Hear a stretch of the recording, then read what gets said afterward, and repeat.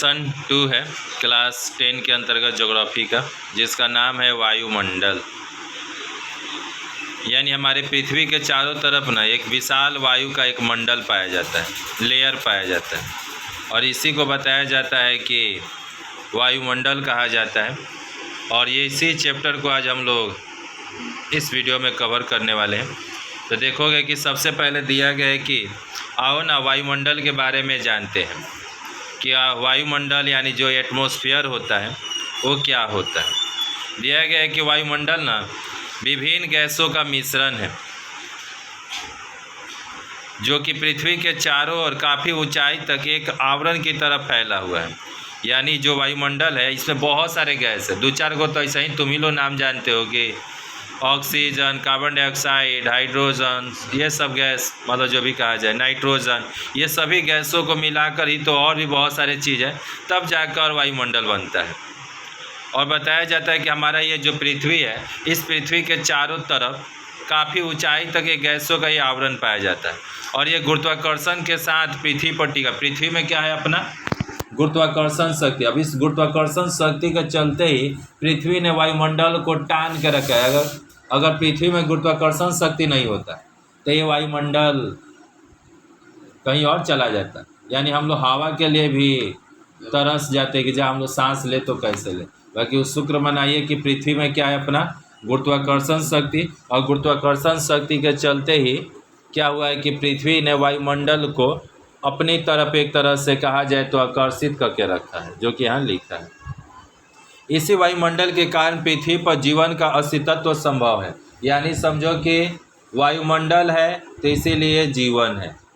वायु में क्या हवा, वायुमंडल में क्या हवा, अब हवा में ऑक्सीजन, पेड़ पौधों के लिए कार्बन डाइऑक्साइड, तो ये सभी होने के चलते समझो कि पृथ्वी पर जीवन का अस्तित्व पाया गया।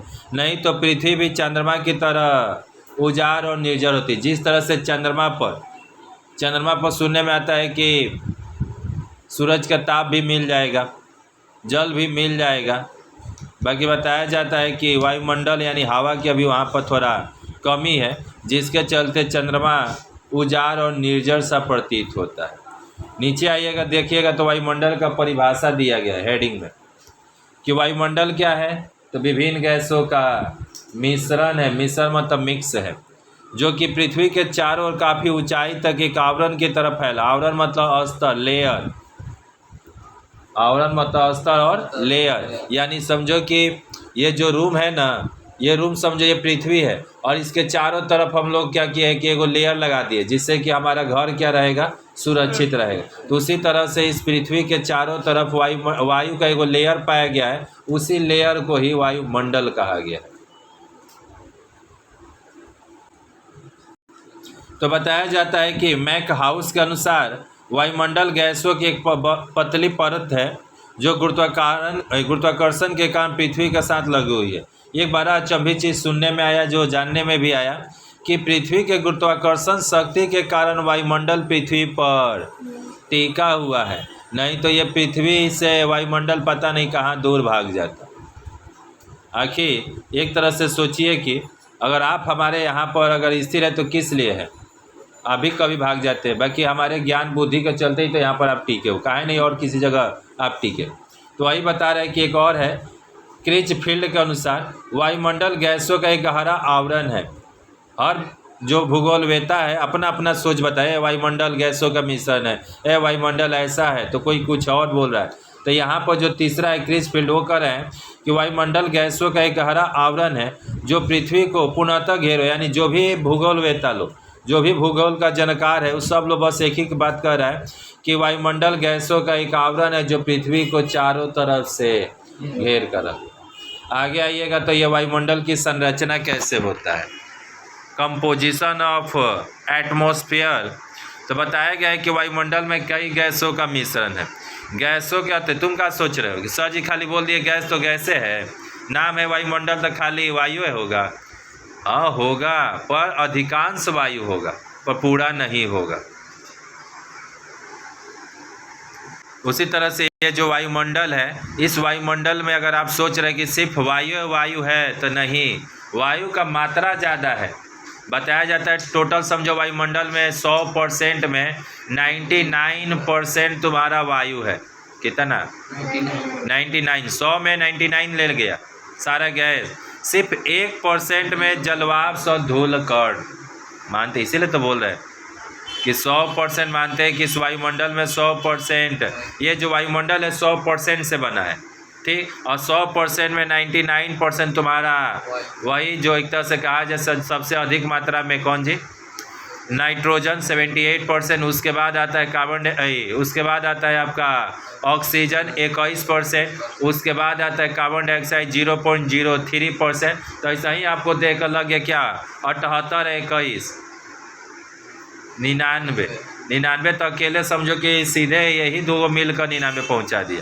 यानी कि इस वायुमंडल में मानते हैं कि गैसों की मात्रा ज़्यादा है, पर वायुमंडल सिर्फ गैसों से ही नहीं, उसके अतिरिक्त एक तरह से कहा जाए तो धूल कण और जलवाष्प से भी बना हुआ है। 3 चीज़ यहाँ बताया गया। अधिकांश मात्रा में उपस्थित जो ठोस और द्रव कणों को सामूहिक रूप से वायु विलय या एरोसोल कहते हैं। चलिए यहाँ पर आगे देखते हैं कि वायु के प्रमुख अवयव क्या हैं।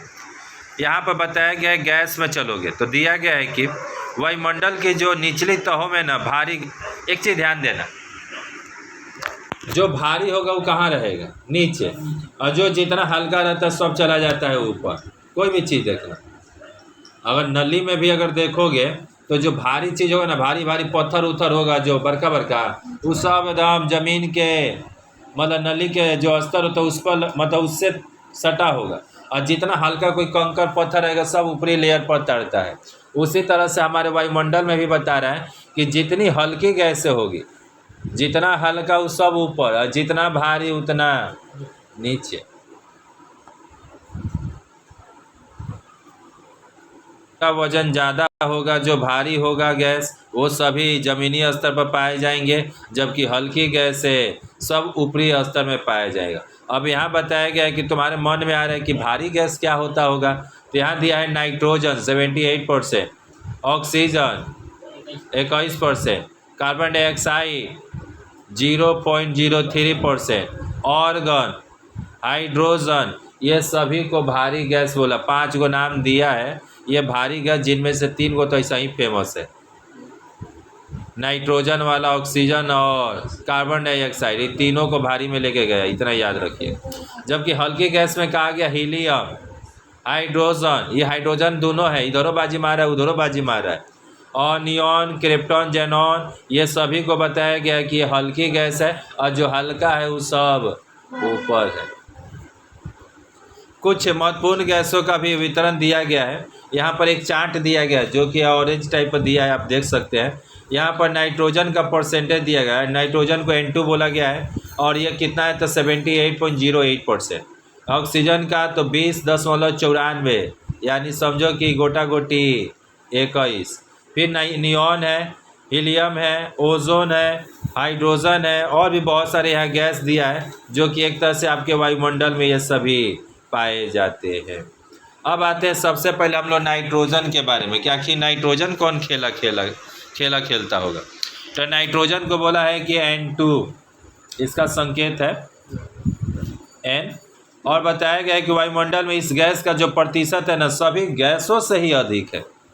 जितना गैस है 100% माने, 100 में सबसे अधिक नंबर पर नाइट्रोजन लेके चला गया, और ये नाइट्रोजन की उपस्थिति के कारण वायु दाब, पवनों की शक्ति और प्रकाश में परावर्तन का आभास होता है। यानी कहा जाए वायुमंडल में जो 78% आपका नाइट्रोजन है, इसी नाइट्रोजन के चलते आपको वायु दाब, प्रेशर महसूस होता है, अरे कोनो दबाव दे रहा है हमारे ऊपर, ठीक, या तुम्हारे ऊपर पवनों की शक्ति का हवा लगता है तेज चल रहा है, ठीक, या एक तरह से प्रकाश के परावर्तन का भी महसूस होता होगा। नाइट्रोजन सरलता से अन्य पदार्थों के साथ रासायनिक सहयोग नहीं करता, परंतु मृदा में स्थिर होता है। तुमको क्या लगता है नाइट्रोजन किसी और के साथ बता रहा है जल्दी रिएक्शन नहीं करता, ये हमेशा ज़मीने में पाया जाता है। लिखा है मृदा में, मृदा मतलब होता है मिट्टी, मिट्टी में स्थिर होता है। अब आते हैं ऑक्सीजन के बारे में। बताया गया है कि ऑक्सीजन को तो जीवनदायिनी गैस माना गया, यानी जीवन देने वाला, क्योंकि इसके बिना तो हम सांसें नहीं ले सकते। ये नहीं तो सांस नहीं, और सांस नहीं तो आस नहीं, खत्म जीवन।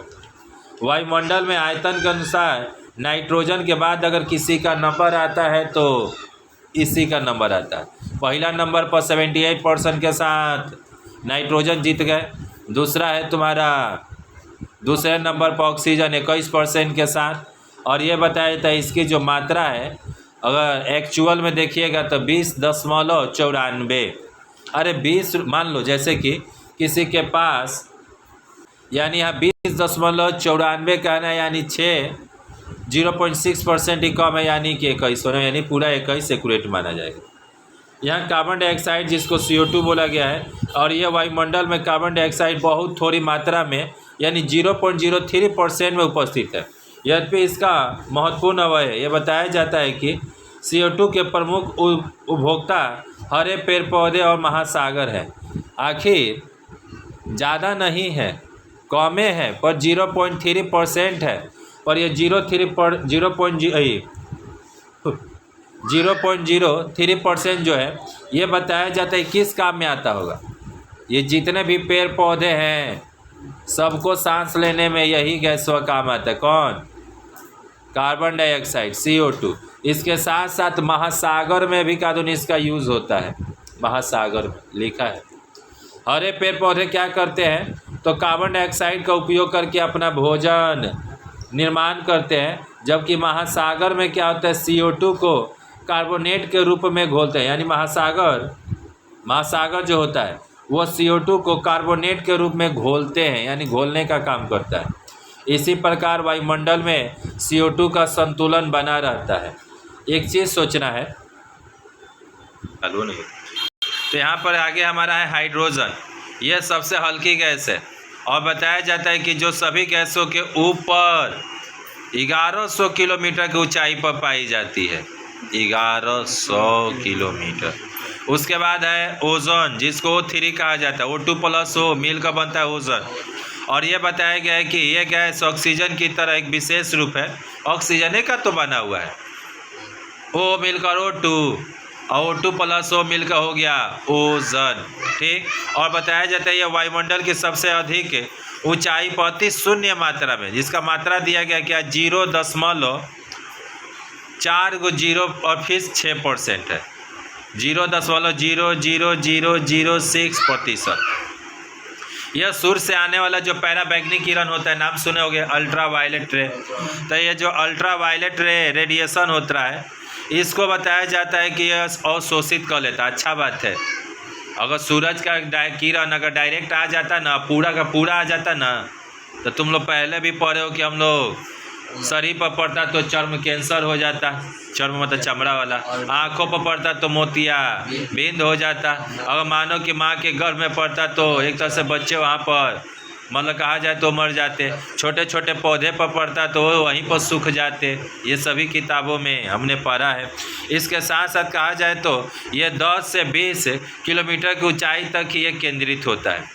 अब आते हैं हम लोग, ये अभी जितना कुछ पढ़े ये सब था गैस, और हमने आपको पहले ही क्लियर खुल के कह दिया कि अगर आप सोच रहे होंगे कि वायुमंडल सिर्फ गैसों से बनता है तो ये आपका भ्रम है। गैस के अतिरिक्त मानते हैं गैसों की मात्रा 99% होता है, पर 1% में 1% में जलवाष्प और धूल कण भी आते हैं।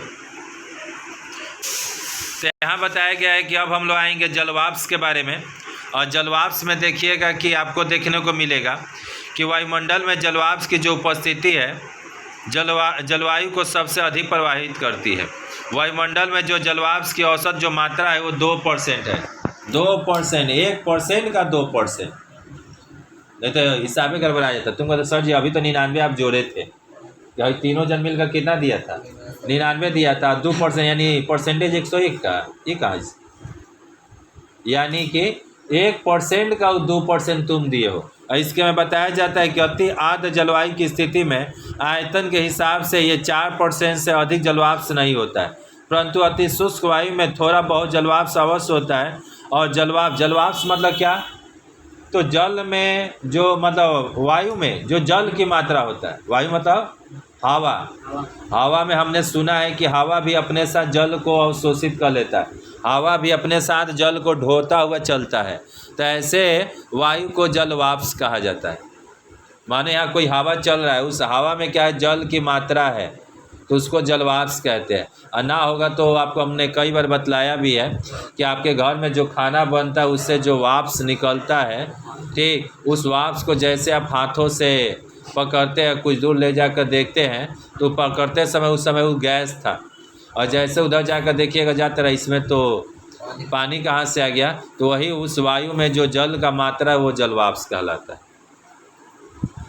जलवाष्प 90% भाग वायुमंडल में 6 किलोमीटर से नीचे ही रहता है। सबसे मस्त है धूल कण का, जिसको डस्ट पार्टिकल्स कहा जाता है। और वायुमंडल में वायु की गति के कारण ये जो सूक्ष्म धूल कण उड़ते रहते हैं, क्या है, वायु में इतना ना गति है, 99% वायुमंडल में वायु है, और इनकी गति अधिक होने के चलते जो धूल कण है हमेशा उड़ता फिरता है, कभी इधर कभी इधर, कब तुम्हारे आंखों में पड़ जाए कि इधर पता नहीं चलेगा, ठीक। तो ये जो धूल कण इतना ना छोटे मात्रा में, इतने कम मात्रा में है कि वायुमंडल में ये उड़ते फिरते हैं। और ये धूल कण के विभिन्न स्रोत हो सकता है कि धूल कण कहाँ से आता होगा, धूला कहाँ से आता होगा, मिट्टी से आता होगा, धूल से आता होगा, समुद्री नमक से भी दिया है। जो यहाँ समुद्र में जो नमक होते हैं वही नमक ज़्यादा कहीं अगर सूख गया, उड़ता हुआ तुम्हारे इधर ही नमकीन कैसे लगने लगे। इसके साथ साथ धूल का जो कालिक होगा, कभी कभी कहीं धुआं में से कालिक निकलता है, ठीक, वो कालिक इधर उधर उड़ते हुए आके कहीं तो भी धूलकण में ही आए। राख, कहीं पर तुम कहीं कुछ जला रहे हो तो जो निकल रहा है राख, वो भी एक तरह से धूलकण में ही। उल्कापात, और यहाँ पे भी दिया है कि धूलकण प्रायः वायुमंडल के निचली परतों में रहते हैं जी। और ये धूलकण हमारे जीवन के लिए बहुत ही उपयोगी है। बोलो भाई सही, धूलकण का क्या काम है। इस धूलकण के चलते ही सूर्योदय के समय सूरज का लालिमा देखने को मिलता है। इन धूलकण के चलते ही पश्चिम में सूर्यास्त के समय गोधली बेला जिसको कहा जाए, उस समय लालिमा दिखाई देता है। सुबह में उगते समय लाल लाल, डूबते समय भी लाल लाल। अगर ये धूलकण नहीं रहते तो कुछ और ही होता। सोचो, ये इस धूलकण, इसके साथ साथ इस धूलकण के चलते ही यहाँ तक ये जो आकाश है वो भी तुम्हें नीला दिखाई देता है। जिस दिन धूलकण नहीं, समझो सब आकाश वास्तव में काला है। यानी ये धूलकण कितना तुम्हारे लिए मतलब महत्वपूर्ण है, हमारे इस पृथ्वी के लिए, हमारे इस वायुमंडल के लिए।